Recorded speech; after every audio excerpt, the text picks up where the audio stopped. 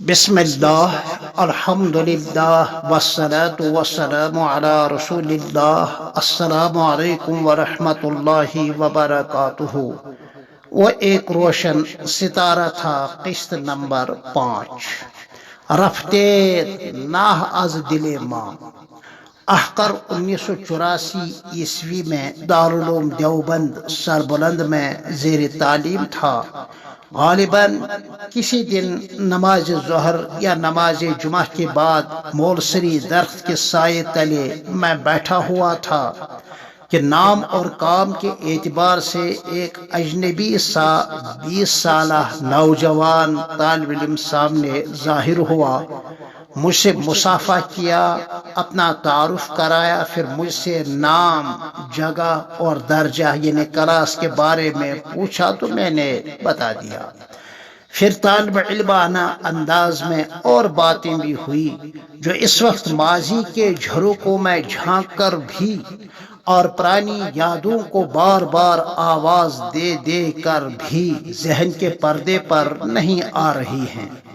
تاہم مجھے اتنا اندازہ ہوا کہ صوبے جموں کے ضلع راجوری میں تحصیل مینڈر کے اندر دودا سن بالا نامی کوئی گمنام بستی ہے، یہ یہیں کے وہاں ہی کے رہنے والے ہیں۔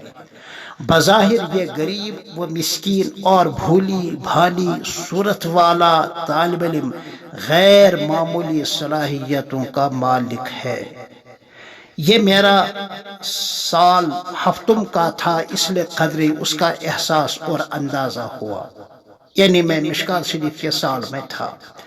یہ حضرت مفتی صاحب رحمہ اللہ سے میری پہلی ملاقات تھی۔ پھر وہ کہاں گم ہو گئے اور میں کہاں کھو گیا۔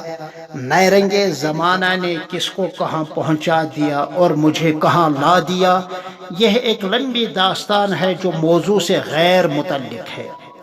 کوئی 2008 عیسوی سے حضرت مفتی صاحب سے کہیں بانہاڑ میں، کہیں اسلام آباد میں اور کہیں جموں میں کبھی کبھار جلسوں اور اجتماعات میں ملاقاتیں ہوتی ہی رہی۔ ہر ملاقات میں یہی انداز کلام، یہی حسن سلوک، یہی ہمت افزائی، یہی دعائیہ کلمات اور یہی تواضع و انکساری کے مثالی نمونے دیکھنے کو اور سننے کو ملے ہیں، جن کا تذکرہ احقر پہلے کر چکا ہے۔ جی ہاں، بقول شاعر خوش الہاں، جان جب خاک میں پڑتی ہے تو ہوتی ہے خوشی، خاک جب خاک میں ملتی ہے تو سب روتے ہیں۔ مفتی صاحب کے متعلقین سے عرض ہے کہ اب رونے دھونے سے کیا فائدہ، وہ تو 55 سال کی حیات مستعار اپنے سعادت مند والد مرحومہ کے بطن سے لے کر آئے تھے، عمر پوری ہوئی تو چل دیے۔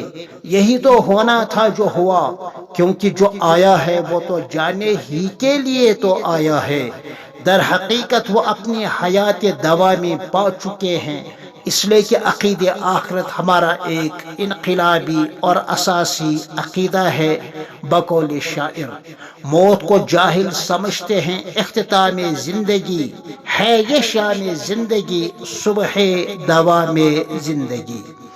مومن تو ہارا نہیں، زندہ رہے تو غازی بن کر، مرے تو شہید ہو کر، اس طرح اس کے دونوں ہاتھوں میں لڈو ہوتے ہیں۔ حضرت مفتی صاحب کی مثالی زندگی اس پر شاہد عدل ہے۔ ہاں، مفتی صاحب کی ان بچیوں کو صد مبارک ہو، صد بار، جن کے والد صاحب ایسے تھے۔ اس سعادت مند بیوہ کو مبارک ہو صد بار جس کے شوہر ایسے تھے، اور ان والدین مرحومین کو کروٹ کروٹ چین و سکون ملے جن کی پشت اور بطن سے ایسا گوہر آبدار نکلا ہے جس سے ایک دنیا روشن ہوئی۔ کوہ و دمن، صحرا اور بیابان علم و عرفان سے چمک اٹھے۔ کتنے مدارس و مکاتب اور تنظیموں کے آپ یا تو بانی تھے یا ممبر تھے یا رکن تھے یا اخلاقی معاون و مددگار تھے، بہرحال وہ تو چل دیے اور یادوں کے ایک لمبی بارات اپنے پیچھے چھوڑ کر چلے گئے ہیں۔ انشاءاللہ پھر ملتے ہیں آپ سے اسی عنوان کے تحت قسط نمبر 6 میں۔ تب تک کے لیے السلام علیکم ورحمۃ اللہ وبرکاتہ۔